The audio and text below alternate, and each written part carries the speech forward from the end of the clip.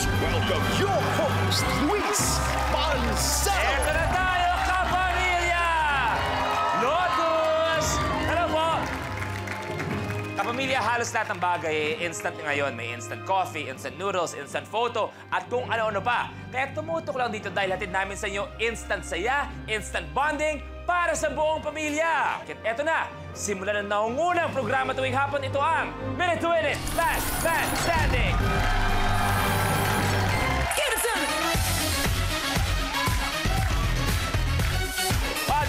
Dito tayo! Stop! Oh, dito! Oh, go! Oh, 1, 2, 3. Give it to me!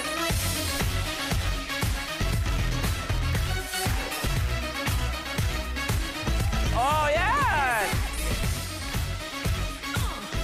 Para nakasmile tayong lahat. It is a brand new week. Ibig sabihin, bagong set of players na maglalaban-laban para sa titulong Last Man Standing. Kaya eto na, simulan na tawagin na maglalaban-laban. Music! Young actor and dancer na hihilig ngayon sa pag-workout at pagpapa-abs, Paul Salas!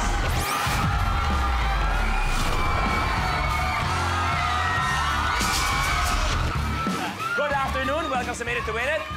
Eto, nagbabalik, maglalaro muli. Super kulit pagdating sa pagpapato at pagkanta, Ate Gay!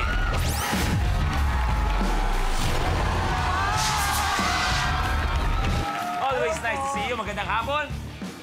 Susunod, naging housemate ni Kuya sa PBB 737.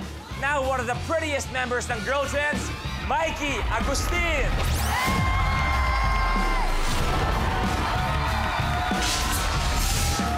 Die-hard fan ng basketball, nag-viral siya doon sa ginawa niya ng bagong lyrics ng theme song ng kanyang paboritong team na nag-champion sa PBA. Ito na from Tondo, Mary Grace Cadiz.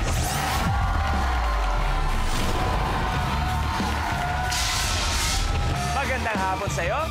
Susunod, aktor, vocalist ng bandang Kala Lily at isa na ngayong happy husband sa kanyang pretty wifey, Kian Cipriano.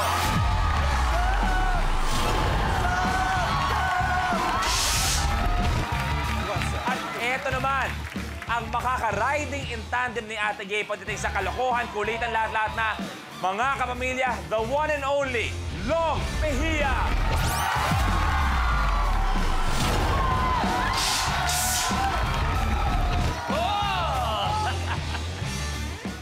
Palakpakan natin ang bagong batch of players natin.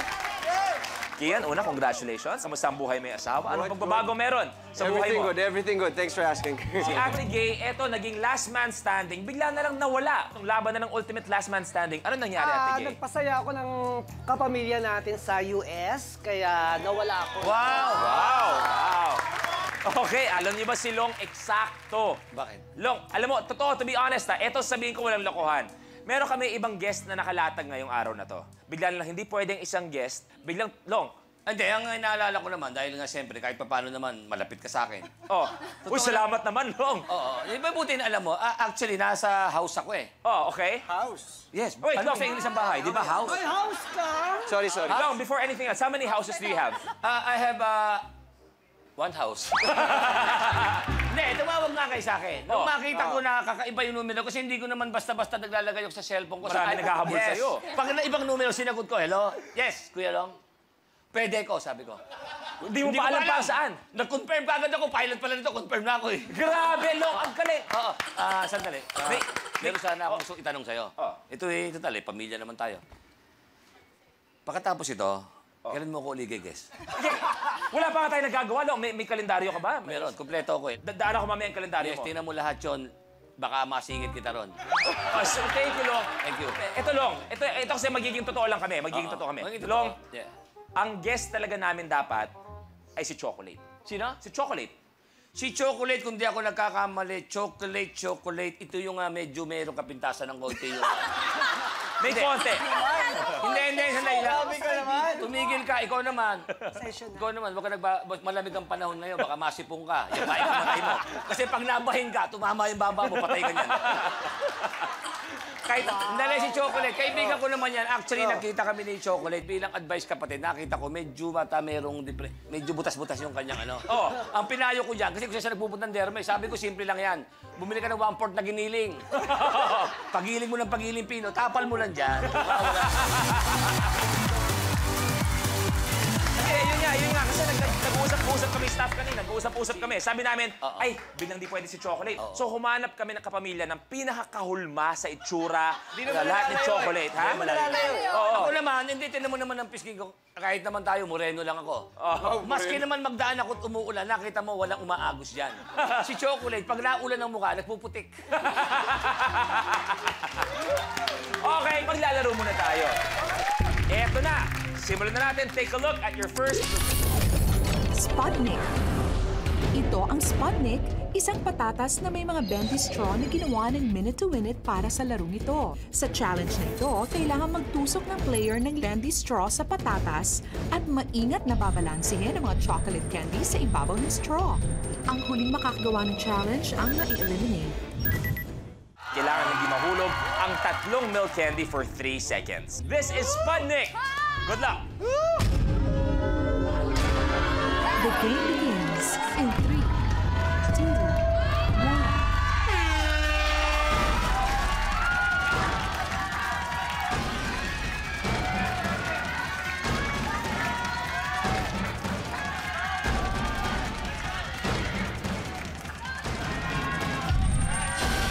Si Paul at saka si Mikey nagbabalance na. Si Gracia may isa. May isa pang straw. Si Paul wala pa nagagawa. Si Mikey may 2.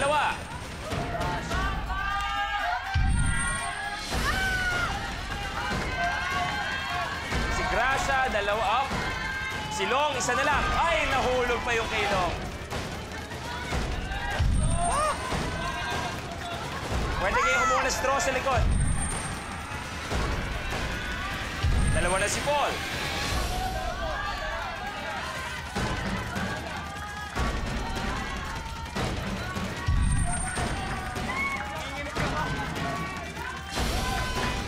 Si Gracia, 1 na lang. Kian may 1. 3, 2, 1, go Gracia! Paul, good! Oh my gosh! One device! 2, 1, Kian, good! Yes! Yes! Si Long, 1 na lang.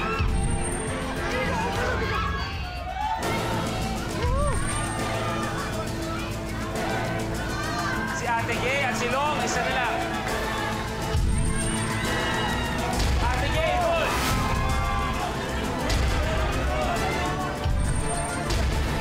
Manap ka na mas M&M. Ang magkalaban, si Mikey at ang kanyang lolo. Lolong! Lolo Long. Yan! 3, 2,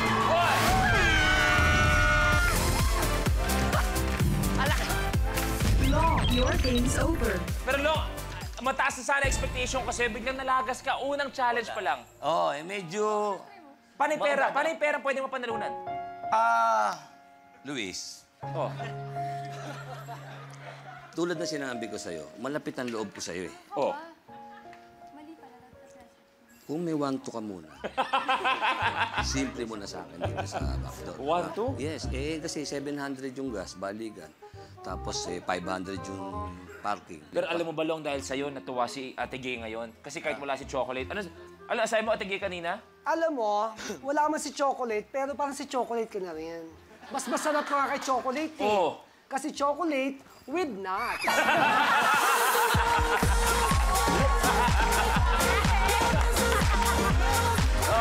Long, ikaw muna unang uupo. So more or less players, alam niyo na kung anong pwedeng mangyari sa Minute to Win It. Kaya naman tutuloy na tayo. Ito na, take a look at your next group. Nose dive. Sa challenge na ito, kailangan makapaglipat ng player ng 10 cotton balls, 1 by 1, mula sa bowl papunta sa isa pang bowl gamit lamang ang ilong. Para magawa ito, kailangan isawsaw ang dulo ng ilong sa lotion. Ang huling makakagawa ng challenge ang ma-eliminate.